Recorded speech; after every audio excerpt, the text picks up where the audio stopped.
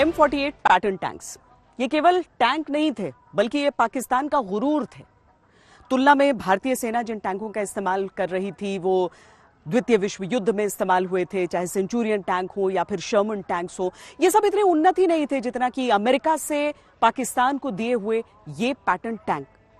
लेकिन भारतीय सेना जिस तरह का पराक्रम दिखाते हुए आगे बढ़ रही थी, न केवल पाकिस्तान का घमंड, उसका गुरूर, उसका अहंकार चूर चूर हो रहा था, बल्कि पैटर्न के अजेय होने का भ्रम भी टूट रहा था।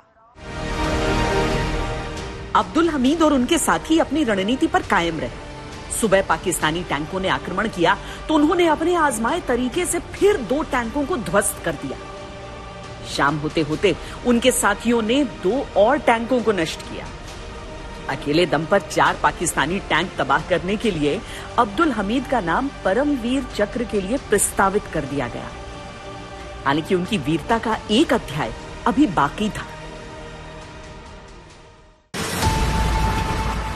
पाकिस्तान के लिए लानत की बात यह थी कि उसके टैंक भारतीय पैदल सैनिक दस्तों के आगे भी हार रहे थे।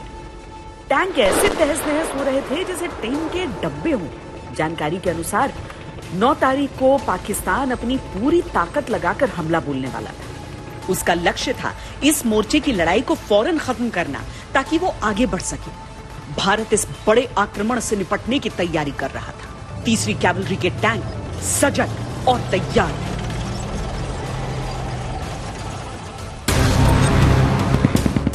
जो बड़ा आक्रमण 9 तारीख को नहीं हुआ, वो 10 सितंबर की सुबह हुआ। भारत ने 2 दिन तो पाकिस्तान के एडवांस को रोके रखा था, लेकिन तीसरी सुबह हुए हमले में पाकिस्तान का पलड़ा भारी नजर आने लगा। 1 घंटे के अंदर ही वो भारत की अग्रिम पंक्ति भेद चुका था। पाकिस्तानी अब जीप पर बैठे भारतीय सैनिकों के लिए मशीन गन फायर का इस्तेमाल कर रहे थे। अब्दुल हमीद ने बहुत समझदारी से सामने से होती फायरिंग से बचते हुए एक के बाद एक 2 पाकिस्तानी टैंकों को आग के गोले में तब्दील कर दिया। लेकिन दुश्मन की नजर उन पर पड़ चुकी थी। पाकिस्तानी टैंक वीर अब्दुल हमीद की जीप पर निशाना लगा रहे थे। अब्दुल हमीद को इसका आभास हो चुका था। उनके पास 2 ही विकल्प थे, या तो पीछे हटकर किसी ओट में आक्रमण धीमा होने का इंतजार करें, या फिर जान की परवाह किए बगैर बेखौफ आगे बढ़ते रहें। पीछे हटने का मतलब था दुश्मन को आगे आने का मौका देना। आगे बढ़ने का मतलब था तय तौर पर अपनी जान गंवाना। पर अब्दुल हमीद सर पर कफन बांध कर आए थे, लिहाजा फैसला यही कि वो आगे बढ़ते जाएं। जब तक वो एक टैंक से बचकर उस पर निशाना लगा रहे थे, एक दूसरा टैंक उनकी ओर बढ़ा चला आ रहा था। अब्दुल हमीद ने उस टैंक को तब देखा जब दोनों आमने सामने आ चुके थे। दोनों ने एक साथ निशाना साधा और दाग दिया गोला। 7वां टैंक भी तबाह हो गया, लेकिन फटते फटते उसका गोला भी सीधा अब्दुल हमीद की जीप पर आ गिरा। क्वार्टर मास्टर हवलदार अब्दुल हमीद वो अपनी एंटी टैंक गन्स के साथ उन्होंने कई पाकिस्तानी टैंकों का वहां पे सफाया किया और 4 टैंक तो उन्होंने ध्वस्त किए, और जब 5वें टैंक को वो मारने जा रहे थे तो वो वहां पे शहीद हुए और उनको मरणोपरांत परमवीर चक्र प्रदान किया गया। अब्दुल हमीद की वीरता ने उनके साथियों को रास्ता दिखाया था। ये बताया था कि बड़े से बड़े टैंक इंसानी हौसलों को नहीं कुचल सकते। वो इस मोर्चे पर हार मारने को कतई तैयार नहीं थे।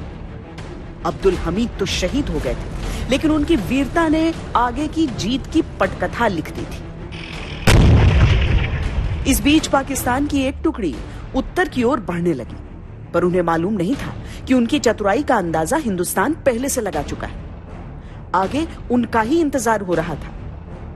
गन्ने के खेत में 3री कैवलरी का एक स्क्वाड्रन घात लगाए बैठा था।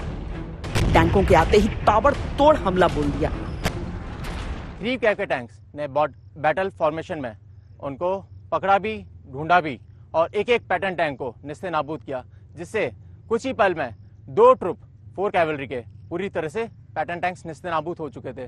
ये देख दुश्मन के जो पीछे टैंक्स चल रहे थे, उनके ट्रुप्स ने बिना फाइट करे फिर टैंक्स को भीगी विंड के अंदर ही छोड़कर वहां से वो भाग खड़े हुए।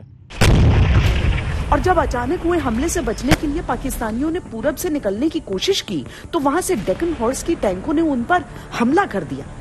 वो क्रॉस फायर में बुरी तरह फंस चुके थे। दरअसल पाकिस्तानियों के आगे बढ़ने के तरीके को देखकर हिंदुस्तानी अंदाजा लगा चुके थे कि वो क्या कर सकते हैं, इसीलिए चौतरफा इंतजाम किए गए थे। दुश्मन के लीडिंग दस्ते जो कि काफी कैजुअलिटी झेल चुके थे और उनका मोरल डाउन था, जिसके कारण उन्होंने विड्रा करा और फिर से एक्सटेंडेड फॉर्मेशन में अटैक लॉन्च करने का प्लान बनाया। इस बार उन्होंने आर्टी शेलिंग के साथ अटैक लॉन्च किया, लेकिन इस बार भी दुश्मन के टैंक्स 3 कैवलरी के टैंक्स की पोजीशन को सपोर्ट करने में नाकामयाब रहे और फिर से उनको टैंक्स की कैजुअलिटी झेलनी पड़ी। बाजी अब बिल्कुल पलट चुकी थी।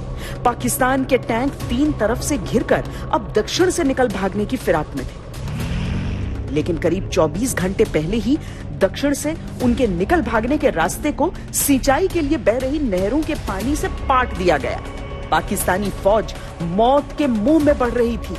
दलदली जमीन में भारी भरकम पाकिस्तानी टैंकें फंस गईं और फिर 3 तरफ से गोले उन पर बरसते रहे। दुश्मन उस बॉगी पैच के अंदर भारतीय सेना के सामने घिर चुका था, जिसके कारण दुश्मन को काफी खामियाना और कैजुअलिटीज भुगतनी पड़ी। उसके 100 से अधिक टैंक डिस्ट्रॉय हो चुके थे, 40 टैंक कैप्चर्ड थे। काफी सीनियर अधिकारी GOC 1 armoured div, commander arty brigade को अपनी जान गंवानी पड़ी। फिर तो शाम 6 बजे तक खुद जनरल नासिर भी लड़ाई में घायल हो गए। पाकिस्तान का आर्टिलरी कमांडर ब्रिगेडियर शम्मी मारा गया। ये खेमकरन में पाकिस्तानी जुर्रत का अंत था। इलाके में पाकिस्तान की हार का सबसे बड़ा सबूत वहां बिखरी पड़ी टैंकों में मौजूद था। पाकिस्तान की 1st आर्मर डिवीजन की कुछ पलटनें काफी हद तक बर्बाद हो चुकी थी, जिसमें पाकिस्तान की 4 कैवलरी और 6 लांसर भी शामिल थी। बैटल ऑफ असल उत्तर में पाकिस्तान के लगभग 100 से ज्यादा टैंकों को बर्बाद और लगभग 40 से ज्यादा टैंकों को कैप्चर कर लिया गया था, जिसमें ज्यादातर टैंक पैटर्न टैंक शामिल थे। लड़ाई के तुरंत बाद तमाम बर्बाद और करेक्ट किए गए टैंकों को भिक्खीवंड के अंदर लाया गया, जो कि खेमकरन का ही एक हिस्सा थे। मिलिट्री हिस्ट्री के अंदर उस इलाके को पैटर्न नगर या पैटर्न ग्रे यार्ड के नाम से भी जाना जाता है। पाकिस्तान ने इस लड़ाई में 97 टैंक गंवाए थे, जिनमें 72 पैटर्न टैंकें थी। हिंदुस्तान का कोई टैंक इस अत्याधुनिक टैंक की टक्कर का नहीं था, पर युद्ध में लोहे से मजबूत हिम्मत होती है और हिंदुस्तान की इसी हिम्मत से टकराकर पाकिस्तान चूर चूर हो गया था। पाकिस्तान के लगभग 2 आर्मर्ड रेजिमेंट मिट गए, उसकी 4थी कैवलरी का नामो निशान मिट गया, और ये सब कुछ हुआ एक ऐसी जगह जिसका नाम था असल उत्तर।